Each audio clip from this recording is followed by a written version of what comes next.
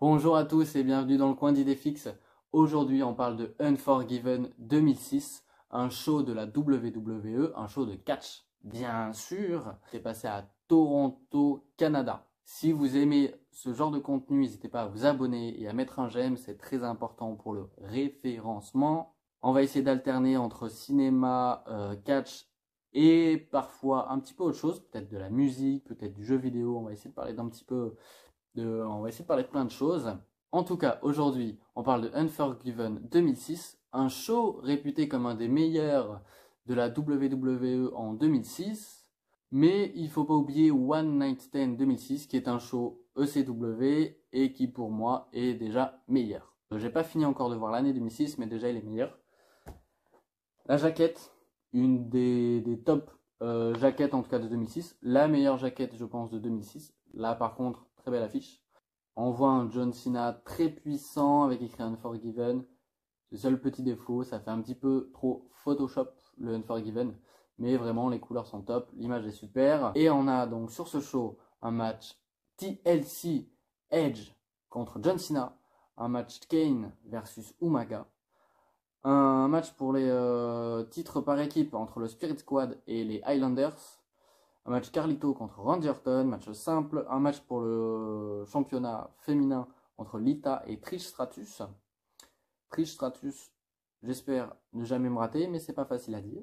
Un match pour le titre intercontinental, et voilà, c'est là que je me loupe. Un match pour le titre intercontinental entre Johnny Nitro et Jeff Hardy. Et enfin un Hell in a Cell handicap match, 2 contre 3. Shane et Vince McMahon avec Big Show contre la DX. C'est un show que j'ai noté 14 sur 20. Je vous donne tout de suite les notes. Je vous donnerai les notes de chaque match avant de vous parler du match. Comme ça, si jamais vous ne connaissez pas le résultat, vous n'êtes pas spoilé. Et si on a un vrai banger, eh bien vous le saurez d'avance. Premier match, c'est Johnny Nitro contre Jeff Hardy. Johnny Nitro, connu évidemment pour le nom de John Morrison. C'est un match que j'ai noté 13 sur 20. C'est pas un mauvais match, c'est un match très correct, hein, 13 sur 20 pour moi c'est une bonne note. Comme beaucoup de shows de la WWE, et même d'ailleurs, on met en opener un match avec des poids légers, un match de worker, normalement. Et c'est classique, et donc, faut savoir que c'est le premier pay-per-view de Jeff Hardy depuis son retour à la WWE, parce qu'avant il était à la TNA, et il a pris un petit peu de gras à la TNA, hein. Il s'est un petit peu laissé aller, il y a un petit peu moins de gens qui le regardent. Bon, ça catch toujours bien dans le ring, vous en faites pas là-dessus. Mais il n'est pas très aérien et c'est peut-être une des raisons, hein, sa forme physique peut-être. D'ailleurs, son style de catch au début de ce combat est assez marrant, en opposition à Morrison, car il est que dans le contre. Il contre toutes les manœuvres qui commencent à être un petit peu aériennes. Il contre Morrison dès qu'il prend de la vitesse. Dès que Morrison prend de la vitesse, il est contré. Ainsi, au fur et à mesure du match, on a Morrison qui ne prend absolument plus de vitesse. Il est heal, hein. Je dis Morrison, mais c'est Nitro, pardon. Il est heal, Morrison. Il est heal, Nitro. Donc, il va pas agir pour faire réagir les foules. Et il va se concentrer principalement sur la cheville de Jeff Hardy. Il y a une grande domination de Johnny Nitro, mais le rythme est du coup assez lent. Déjà, techniquement, les prises de soumission, notamment de Morrison, ne sont pas impressionnantes, sont très basiques, et même pour le basique, ça semble pas très bien fait. Heureusement qu'on a un Jeff Hardy qui fait un excellent ceiling, en ça il est très très fort, il n'y a pas de souci là-dessus. Donc comme je disais, on a un rythme assez lent, pas grand chose à dire, un petit retour de Jeff Hardy. C'est marrant d'ailleurs parce que les commentateurs ne parlent pas de Starship Pain ou de Whisper in the Wind. Ils ne connaissent pas encore le nom des prises des catcheurs. Et donc ça finit sur une triche de Melina qui accompagne Johnny Nitro et qui met un coup de botte à Jeff Hardy. Et ça enchaîne sur le tombé directement. Bon, le public était assez présent. Forcément, il y aurait une revanche. Hein, là, on se doute qu'il y a une revanche. Il y a une série de combats entre les deux qui est sympathique. C'est un des plus mauvais matchs entre Johnny Nitro et Jeff Hardy, mais il y en a d'autres. C'est pas dégueulasse quand même. Deuxième match de la soirée. Il y a dans ce show, si je ne me trompe pas, 7 matchs. Il y a 7 combats. Aujourd'hui, on a des shows avec 5 combats. C'est un petit peu long à regarder, hein, c'est un petit peu long. Deuxième match, je l'ai noté 12 sur 20. C'est Umaga contre Kane. Je ne sais absolument pas d'où vient l'histoire entre les deux, d'où vient leur rivalité, mais il y en a une apparemment. C'est un combat donc logiquement entre deux heels, hein, les deux sont méchants. On a Umaga qui prend un petit peu l'ascendant en termes face. Il paraît un petit peu plus gentil, il réagit un petit peu plus avec le public. Et c'est bien qu'il fasse ça. Et au fur et à mesure, j'ai l'impression que Kane décide de faire pareil. Voilà, donc le public réagit un petit peu. C'est pas dingue, mais voilà, les deux sont un petit peu over, un petit peu. Niveau catch, on connaît Kane et Umaga. C'est du classique. Umaga, c'est un excellent catcheur. Moi, je trouve que c'est un excellent catcheur. Il est agréable à voir sur le ring, notamment dans ce match. Ça met des bonnes patates du côté de Kane. En tout cas, c'est l'impression que ça donne. Donc, sympa aussi.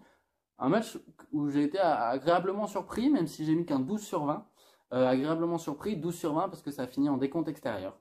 Ça part en bagarre dans le public, puis dans les vestiaires. La caméra ne suit même pas le combat dans les vestiaires, c'est dommage. Un combat dans le parking entre Umaga et Kane, ça aurait été super cool. Mais non, donc décompte à l'extérieur, pas de gagnant. Troisième match, le match entre Spirit Squad et les Highlanders, un match que j'ai noté 11 sur 20. Une nouvelle fois, un match correct, hein, c'est une soirée qui est plutôt correcte. Hein. Les Highlanders sont marrants. Les Highlanders sont assez drôles à voir. Notamment, le truc principal, c'est qu'ils se font des claques pour se faire le relais. Donc, normalement, un relais en tag team, on se tape dans la main, on tape dans la main de son collègue. Eux, ils se mettent des claques. Il y a un moment qui m'a fait rigoler, moi. Les Philippe Chéreau et Christophe Ajus l'ont pas relevé, ils l'ont pas vu, je sais pas. Mais on a l'arbitre d'un côté qui est diverti par autre chose. Et ils essaient de faire le relais, les Highlanders. Comme ils sont face et qu'ils veulent être réglo, ils se mettent une claque. Ah merde, l'arbitre il voit pas. Ils se mettent une deuxième claque. Oh ben l'arbitre il voit pas. Ils se mettent une troisième claque pour faire le relais. Ils se mettent 3 claques comme ça. Ils mettent aussi beaucoup de coups de boule. Ils mettent des coups de boule pour rien, n'importe où. C'est aussi sympa. Par contre, le public est mort. Le public est vraiment mort, même s'il y a des pescados ou voilà, il y a des trucs qui peuvent être cool, mais le public ne réagit pas du tout. Je sais pas pourquoi. C'est plus que Toronto, c'est un bon public, mais bon, avant il y a Umaga Kane. Les deux matchs d'avant n'étaient pas fous. On est en milieu de soirée, en milieu de show, donc pas beaucoup de réactions. C'est un match au final assez court, mais inutile. Vraiment, on peut l'enlever. Hein, on peut l'enlever de la soirée, il n'y a pas de problème. C'est cool d'avoir vu Highlander. C'est une équipe que j'ai bien appréciée, mais le match n'était pas utile dans ce pay-per-view. Quatrième match, que j'ai noté 13 sur 20. C'est un gros combat. C'est un gros combat. Le Hell in a Cell entre la DX, la nouvelle DX, hein, on va dire, et les McMahon plus Big Show. Un segment entier qui a duré 40 minutes. Je m'attendais, quand j'ai vu les entrées, à quelque chose de long. Et je m'attendais de toute façon à ce soit du overbooking as fuck. Et c'était le cas. Hein. Je m'attendais pas à grand chose. Et j'ai presque envie de dire que je suis quand même déçu. C'est un Hell in a Cell, mais il n'y avait absolument rien d'impressionnant dans le combat. Ce qui était impressionnant, c'est qu'ils ont mis du sang sur tout le monde. Tout le monde a fini en sang. Mais c'est pas ça le catch. C'est pas ça qui rend quelque chose d'impressionnant pour moi. Ça peut peut-être rester un petit peu dans les mémoires. Ça peut être impressionnant peut-être pour le public sur place. Mais à regarder, c'est pas impressionnant. On sait qu'il y a beaucoup de faux sang. C'est un match en plus qui a été assez lent. Big Show notamment, il a été à son max de la lentitude. Il a été vraiment super lent. Il est pas en bonne forme physique en plus. On a Michaels qui est mis en second plan derrière Triple H. Alors que c'est quand même Michaels qui met le plus d'énergie, je trouve, dans les combats. Il est super à voir, Shawn Michaels. Mais là, il a été mis en second plan. Pour moi, c'est un combat qui a été trop gros. Voilà, trop d'overbooking, trop de drama. On a Shane McMahon à la fin, il y a du sang qui crache de la bouche. Voilà, il y a trop de trucs, qui ne correspondent pas à l'action qui est sur le match, qui est sur le ring. Donc ça ne fonctionne pas pour moi. Mais voilà, c'est quand même du grand spectacle. On a à la fin Vince McMahon qui se fait mettre la tête dans le cul du Big Show, dans le joli cul du Big Show, hein, un joli petit cul bien rond, bien dodu, magnifique cul. Donc, mais bon, on va pas faire 3 minutes sur le cul de Big Show. Victoire de l'ADX, qui prend en fait sa revanche sur un épisode de Raw. Et je vous propose de passer tout de suite au 5e match, qui est Trish Stratus contre Lita. Le match de retraite de Trish Stratus. Un match que j'ai noté 15 sur 20, un très bon combat. Rien d'exceptionnel, mais tout se passe très bien. Il y a une bonne alchimie entre les deux catcheuses. On a un super clip d'avant-match qui nous met vraiment dedans. Une victoire de Trish Stratus. Tout se passe bien dans le combat. Une victoire clean. Lita qui ne se fait pas aider non plus par qui que ce soit. Elle perd clean, on va dire. Et une victoire qui est très bien amenée parce qu'il est amené sur un sharpshooter, la prise de finition de Bret Hart. Et voilà, je trouve ça très intelligent de faire ça à Toronto. Ça fait réagir le public à 3000%. C'est mérité. Trish Stratus, une des meilleures catcheuses de l'histoire, peut-être la meilleure catcheuse de l'histoire en pourtant 6 ans, je crois, de carrière, 5 ans peut-être de carrière. Voilà, une carrière courte, mais une carrière exceptionnelle. Elle part avec beaucoup d'émotions et c'était sympa. C'était un bon moment. 6e match et avant-dernier match. Randy Orton versus Carlito.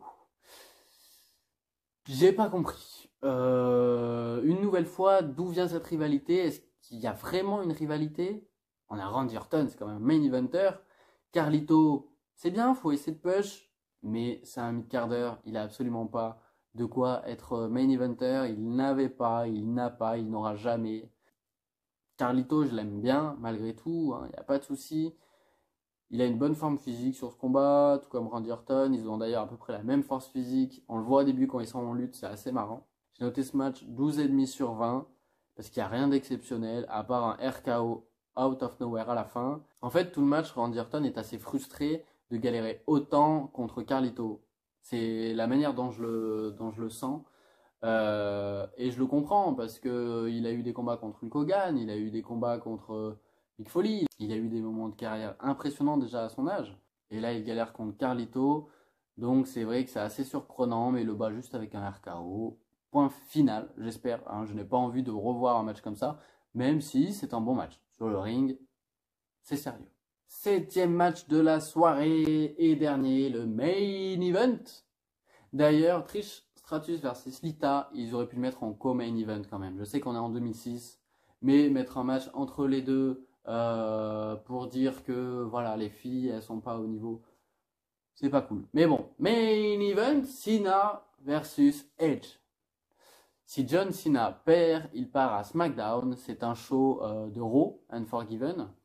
Donc l'histoire, c'est que Edge ne veut plus entendre parler de John Cena. C'est Edge qui est le champion. Et j'ai noté ce combat 14 sur 20. On commence avec un très beau clip de présentation. On a Cena qui est hué comme jamais. Il est hué comme One Night Stand 2006, à peu près. Ça m'étonne qu'il n'y ait pas de If Cena Win, We Riot. En général, ils le mettent, à cette époque-là, ils le mettaient à tous les shows. Le public avait des pancartes à chaque fois. Il a d'ailleurs le même regard que dans One Night Stand, hein, John Cena. Il a un regard dur, un regard décidé, un regard combatif qu'on aime. C'est pas un regard de super-héros. Il a un regard de guerrier. Et j'adore quand John Cena est comme ça. C'est très rare. Et c'est comme ça que sa carrière aurait pu être. Ça aurait été super. En face, on a Edge qui est évidemment salué par le public. On n'a pas une très grande foule. Je crois qu'ils sont 16 ou 17 000 dans le public. Pour autant de monde, il n'y a pas tant de cris que ça, quand même. Mais on a Edge qui pleure lors de sa présentation. Des petites larmes, bien sûr. Mais on voit qu'il a les yeux complètement remplis de larmes.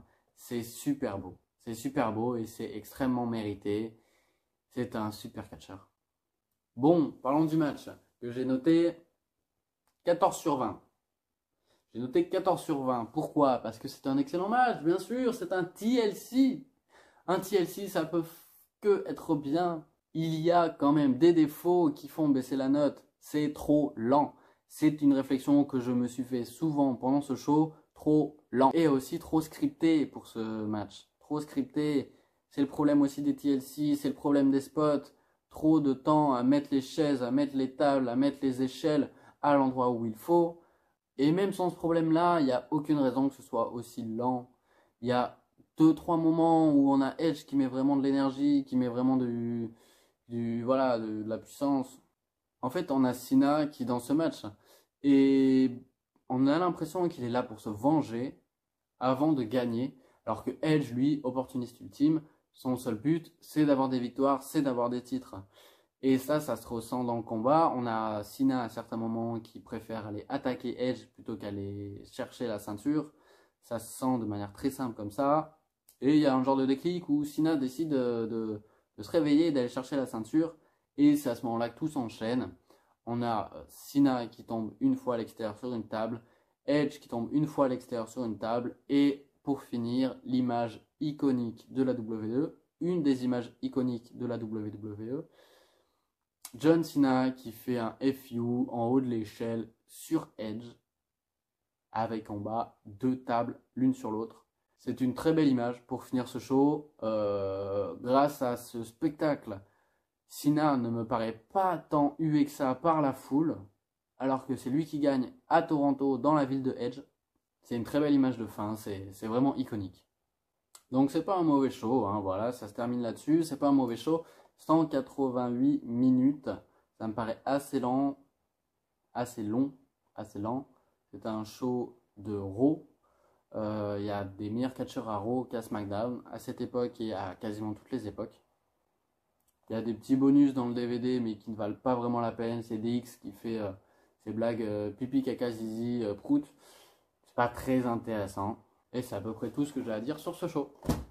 Je vous retrouve très vite dans le coin d'Idéflix. Je vous rappelle, un like, un abonnement, c'est gratuit. J'essaye de diversifier le contenu, votre soutien m'aide grandement, même si cela ne vous intéresse pas. Un petit commentaire pour dire continue comme ça fait du plaisir, ça donne de la force. À bientôt, ciao!